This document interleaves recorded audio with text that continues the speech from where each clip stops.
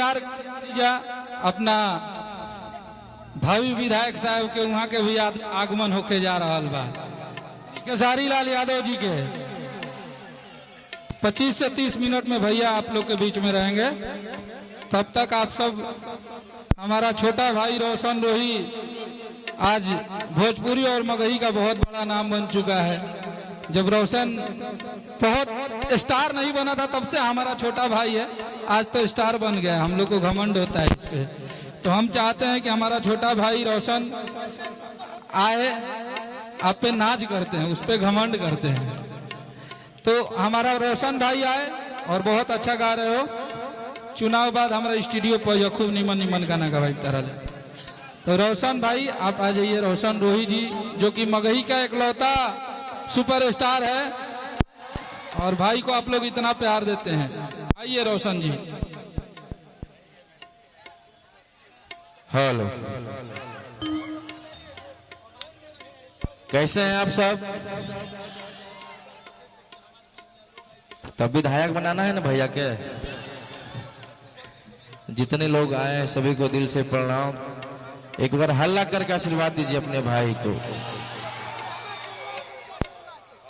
और इस बार भैया चुनाव लड़ रहे हैं छपरा से 118 विधानसभा, और आप लोग को प्यार देना है भैया। इधर अखिलेश भी आए हैं और लोग बोलता है भैया कि कलाकार है, नचनिया है, वो है। तो कलाकार भैया इंसान नहीं होता है। कलाकार आदमी ने है जी कि जानवर है? और उन्हें कलाकार ने है, उन्हें कलाकार है। हाँ, माइकवा कट रहा है भैया। होलो होलो।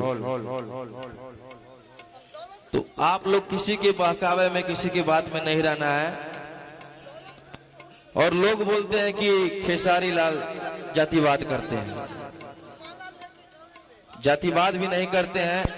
मैं एक भूमिहार समाज से हूँ। आप लोग को बता दिया आज कि कोई नहीं जानता है, लेकिन मैं एक भूमिहार समाज से हूँ।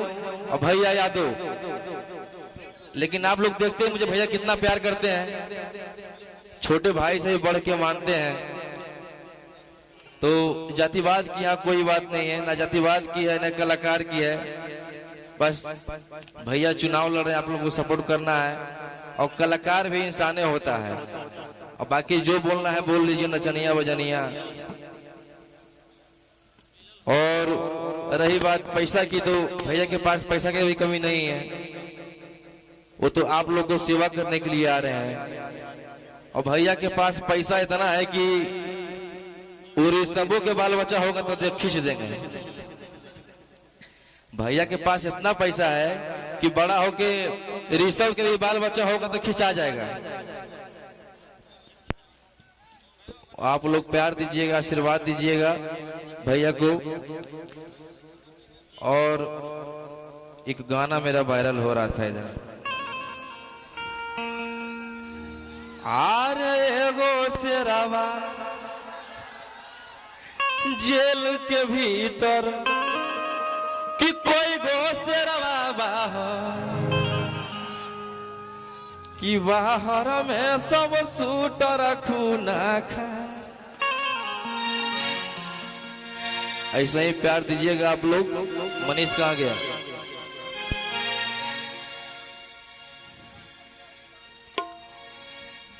ओ मेरे ढोल सजना तू अब हार गया। कौन कौन गाना सुने हैं?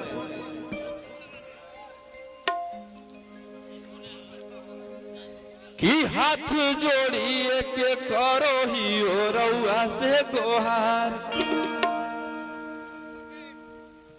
तोहरे भरोसे भैले भैया विधायकी में खा। कि हाथ जोड़ी करो ही ओ हम रउआ से गोहार।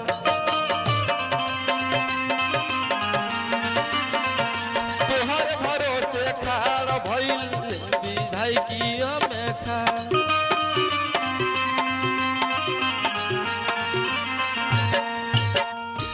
भैया भैया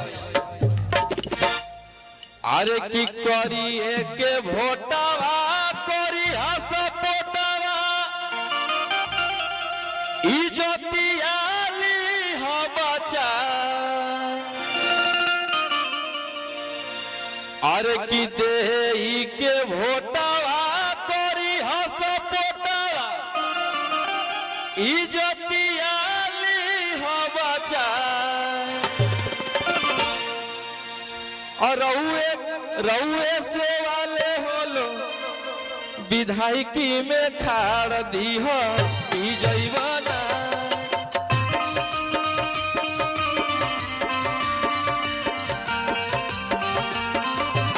रउए से वाले भइले विधायकी में खाड़ दी हो जैवाना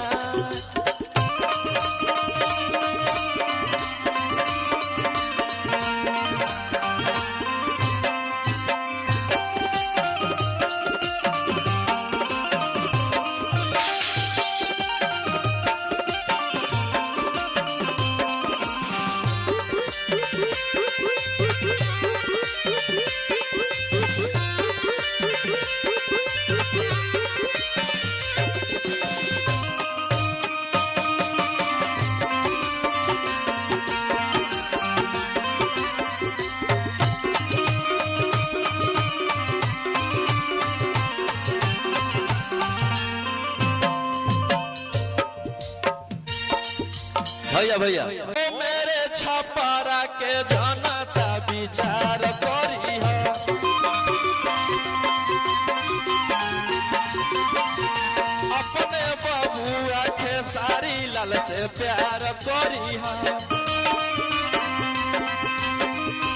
भैया भैया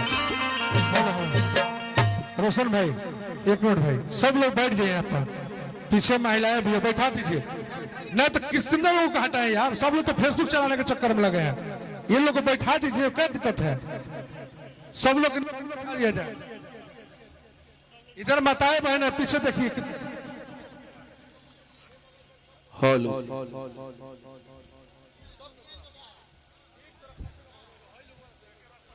हाँ इधर से खाली करवा दो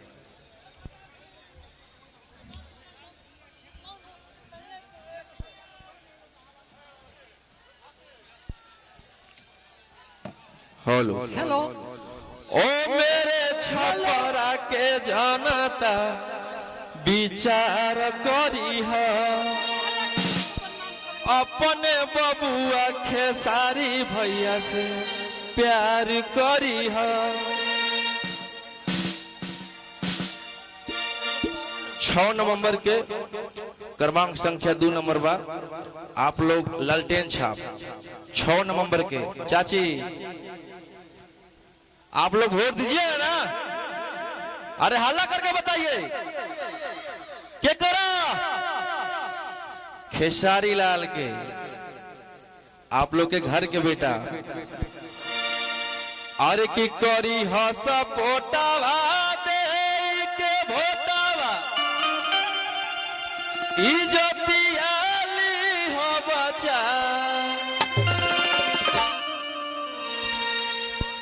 कि तोहरे ला भइल बाबी धाइकी में खाड़ दी हो